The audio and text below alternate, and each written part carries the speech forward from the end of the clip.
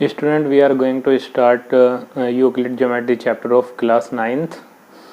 देखते हैं बेटा, यूक्लिड ने कुछ एक्जिम्स और कुछ पोस्टुलेट दिए हैं।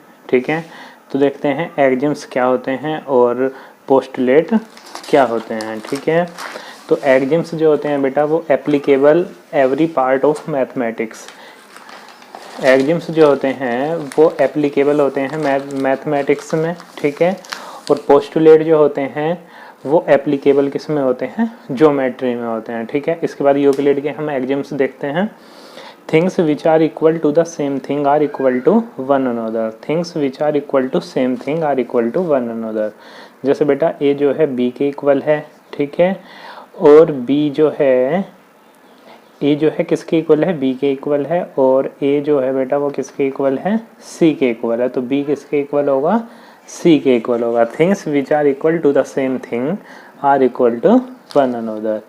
सेकंड एक्जिम्स क्या है कि if equal are added to equal the wholes are equal.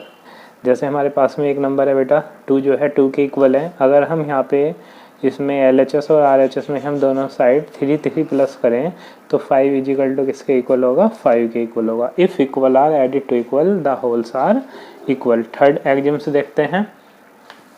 If equal are subtracted from equal the remainder are equal. If equal are subtracted from equal, एक नंबर बेटा में 5 दिया हुआ है। यदि हम बोथ साइड इसमें से 2 माइनस करें LHS और RHS में से तो हमें क्या मिलेगा, 3 मिलेगा। तो if equal are subtracted from equal the remainder are equal. Fourth axioms क्या है कि things which coincide with one another are equal to one another. Things which coincide with one another are equal to one another. ठीक है, जैसे देखते हैं बेटा, जैसे हमारे पास में एक सर्किल हमने बनाया, इसकी रेडियस 1 है और इसकी रेडियस भी क्या है, 1 है। ठीक है, तो ये दोनों सर्किल आपस में क्या होंगे, इक्वल होंगे। Things which coincide with one another are equal to one another. Fifth देखते हैं, the whole is greater than the part. जो होल होता है वो हमेशा उसके पार्ट से बड़ा होता है। ठीक है, 6 एक्जिम्स देखते हैं। Things which are double of the same thing are equal to one another. जैसे बेटा 2x जो है वो किसके इक्वल है, y के इक्वल है, और 2x जो है वो z के इक्वल है। तो y किसके इक्वल होगा, z के इक्वल होगा। ये हमारा 6 एक्जिम्स था। इसके बाद में इसका 7th एक्जिम्स देखते हैं। 7th एक्जिम्स है कि things which are half of the same thing are equal to one another. Things which are half of the same thing. जैसे बेटा हम एक नंबर या हम कहते हैं कि 1/2x जो है वो y के इक्वल है और 1/2x जो है वो z के इक्वल है। तो y किसके इक्वल होगा, z के इक्वल होगा। इसके बाद में यूक्लिड के पोस्टुलेट देखते हैं।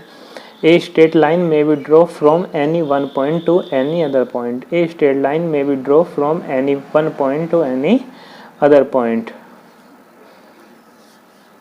एक पॉइंट हमारे पास में बेटा ये है, एक पॉइंट हमारे पास में ये है। A straight line may be draw from any one point to any other point. तो एक पॉइंट से दूसरे पॉइंट पे केवल एक स्ट्रेट लाइन हम ड्रॉ कर सकते हैं।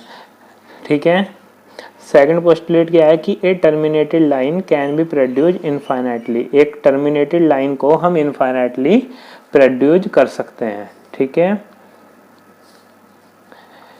इसके बाद में देखते हैं थर्ड पोस्टुलेट क्या है कि a circle can be draw with any centre and any radius. एक सेंटर से हम कितनी भी रेडियस का सर्किल ड्रॉ कर सकते हैं। ठीक है, ये इसका थर्ड पोस्टुलेट था।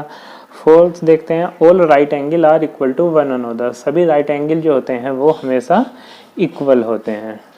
ये 90 degree.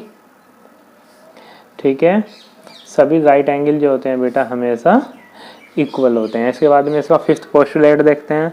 If a straight line falling on two straight line makes the interior angle of the same side of it taken together less than 2 right angle then the 2 straight line if produce infinitely meet on that on which the sum of angle is less than 2 right angle.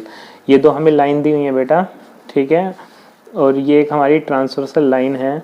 तो अगर इसके interior angle जो हैं इनका सम अगर less than 180 है तो ये दोनों लाइन आपस में एक पॉइंट पे इंटरसेक्ट करेंगी। अगर इन दोनों एंगल का सम 180 है तो ये दोनों लाइन हमेशा क्या होंगी, फिर पैरेलल होंगी। ठीक है, तो यूक्लिड के एक्जिम्स और पोस्टुलेट जो हैं अब अपनी नोटबुक में राइट डाउन करेंगे और इन्हें सभी को लर्न भी करेंगे।